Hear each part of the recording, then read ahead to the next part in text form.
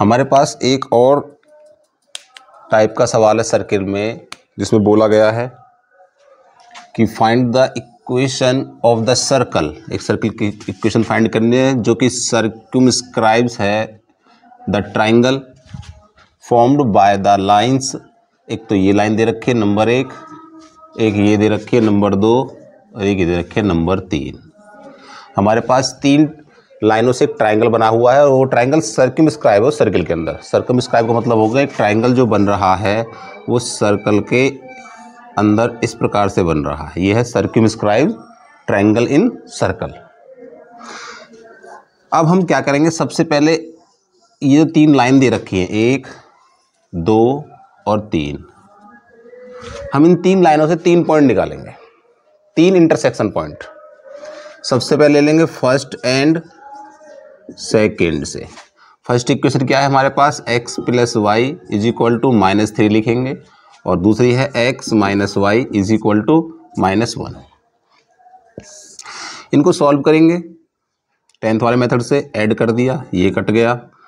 2x is equal to -4, x is equal to 2 से cut गया -2 और x की वैल्यू पहली इक्वेशन में रख दो, -2 plus Y is equal to -3, Y is equal to 2 को इधर ले जाओ, -3 plus 2, Y is equal to कितना मिल गया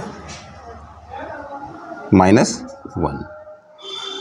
तो माना कि इन दोनों से हमारे पास ए पॉइंट बन रहा है। ए पॉइंट कितना बन गया, -2 -1, -2 और -1, एक पॉइंट ए बन गया। अब लो second and third equation. Second क्या है हमारे पास, x minus Y is equal to -1 को दिल लेंगे और एक है हमारे पास x बराबर 3।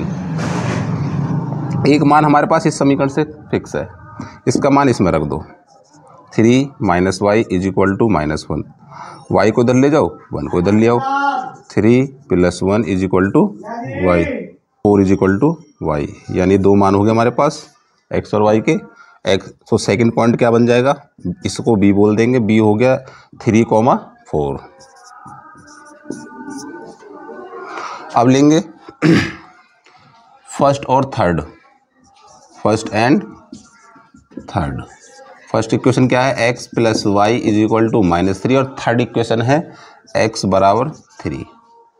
एक मान फिक्स है हमारे पास, इससे इसको उठा के यहाँ रख दो, 3 plus Y is equal to -3, इसको इधर ले जाएंगे, y is equal to -3 y is equal to हो जाएगा -6। तो थर्ड पॉइंट क्या बन गया हमारे पास, c,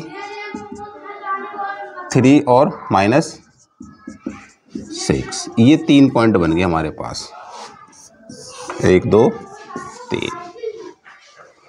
अब माना कि ये वाला पॉइंट हमारे पास a है, a कितना है -2 -1 b, ये वाला b मान लो, b कितना है 3 4 और c कितना है ये वाला है तो 3 -6। यहाँ से हमें एक बात मिल जाती है, कौन सी बात, कि जो वृत्त बना हुआ है, सर्किल जो बना हुआ है वो 3 बिंदु से होकर जा रहा है। कौन कौन से हो गए, a b और c, a b और c। अब हमारे पास वृत्त की जनरल समीकरण, x² plus y² plus 2gx plus 2fy plus c is equal to 0 होती है। हमारे पास 3 वैल्यू निकालनी है, कौन कौन सी, gf और c। तो हम लेंगे एट a पर, a कितना है -2 और -1, -2 रख दो, -2 का स्क्वायर प्लस -1 का square plus 2g -2 plus 2f -1 plus c बराबर 0। 4 plus 1 -4g -2f plus c बराबर 0। 4 और 1 5, 5 को इधर ले जाएंगे, बन जाएगी -4g -2f प्लस का c इज इक्वल टू -5। ये होगी क्वेश्चन नंबर फर्स्ट, ठीक है, GFC से। ये तो हो गया ए पर। अब निकालेंगे बी पॉइंट क्या है 3,4, 3 का स्क्वायर प्लस 4 का स्क्वायर प्लस 2g, x का मान कितना रखें 3 प्लस 2f, y का मान कितना है 4 plus c is equal to 0। 9 plus 16 plus 6g plus 8f plus c बराबर 0। 16 9 25, 25 को बराबर ले जाओ, 6g plus 8f plus c बराबर माइनस का 25। ऐसे निकालो सी पॉइंट से, सी बराबर है, सी पॉइंट क्या है हमारे पास 3 - 6, 3 - 6, 3 और 6 भी इसी लाइन में रखेंगे, 3 का स्क्वायर प्लस माइनस के 6 का square plus 2g into 3 plus 2f minus 6 plus c बराबर 0। तो ये कितना आ गया 9 plus 36 plus 6g minus 12f plus c बराबर 0। 36 और 9 कितने हो गए 45, 45 को बराबर में ले जाएंगे तो बनेगा 6g minus 12f plus c बराबर माइनस के 45। ये होगी हमारे पास तीसरी समीकरण, दूसरी और ये तीसरी।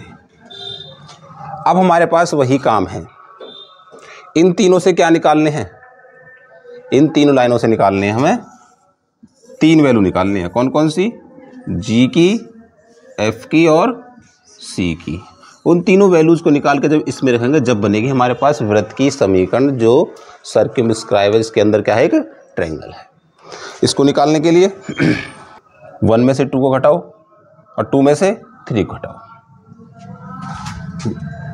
1 माइनस 2, 1 में से 2 को घटा रहे हैं, 4g में से 6g गए माइनस के 10g, माइनस के 2f माइनस के 8f माइनस के 10f और c से c कट जाएगा, 5 में से माइनस 25 जाएंगे तो 25 में से 5 जाएंगे, कितने बचेंगे 20, कितने बचेंगे 20, 10 से काट दो, 10 10 10 कट गया, माइनस का g माइनस का f बराबर 2। एक तो ये बन गई, इसे बोलो समीकरण नंबर 4। 2 में से किसको घटा दो 3 को घटा दो, 2 में से घटा दो 3 को, देखो 6g में से 6g गए 0g,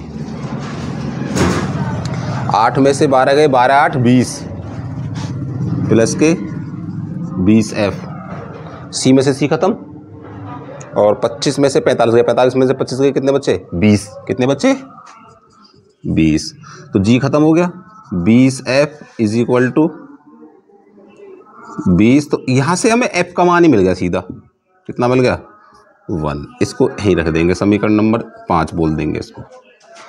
और 1 में से 3 को घटाओ, 1 माइनस 3, इस बार इसमें से घटाओ तो 4g minus 6g 10g minus के 10g, 2f minus 12f plus के, भाई ए प्लस के हो जाएंगे, 12 में से 2 गए तो प्लस के 10f और c में से c खत्म हो गया, 5 में से 45 गए, 45 माइनस 5 40 बराबर 40, 10 10 4, तो माइनस का g प्लस का f बराबर 4। ये समीकरण कौन सी बन गई हमारे पास 6।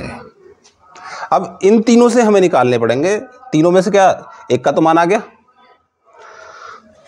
इसका मान उठा के इसमें रख दो, चाहे इसमें रख दो, किसका निकल जाएगा g का, लिख दो f बराबर 1 समीकरण 6 में रखने पर,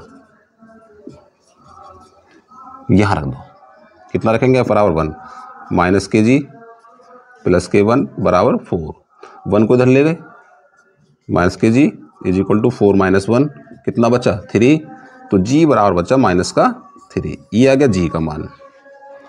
अब g और f के मान से किसका मान निकालेंगे, सी का मान, इन तीनों में से किसी एक में रख दो। जी व एफ का मान समीकरण किस में रख दें? समीकरण 1 में, इसमें रख दो। तो माइनस के 4 और जी का मान कितना है? माइनस का 3, माइनस का 2, एफ का मान कितना है? 1, और प्लस का सी बराबर माइनस का 5। 4 तिया 12, प्लस के हो गए, 2 एकम 2, माइनस के हो गए, प्लस सी बराबर माइनस का 5। 12 में से 2 गए 10, प्लस का सी बराबर माइनस का 5, और सी बराबर कितना आ जाएगा? सी बराबर माइनस का 5 और माइनस का 10, सी बराबर हो जाएगा माइनस का 15। ठीक है, हमारे पास 3 वैल्यूज आ गई। कौन कौन सी वैल्यू आ गई? जी की, एफ की, जी की और सी की। फाइनल वर्क है हमारे पास क्या है? इन तीनों के मानों को उठा के इस जनरल समीकरण में रख देंगे, तो हमें क्या मिलेगी? एक वृत्त की समीकरण, सर्किल की समीकरण। तो रख दो जी एफ व सी के मान जनरल समीकरण में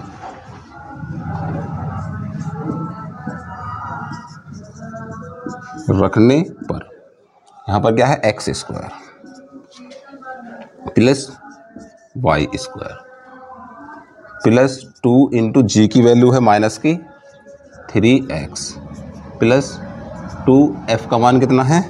1, y और c का मान कितना है? माइनस का 15 बराबर 0। X square plus Y square minus 6x plus 2y minus का 15 बराबर 0। देखिए आंसर है।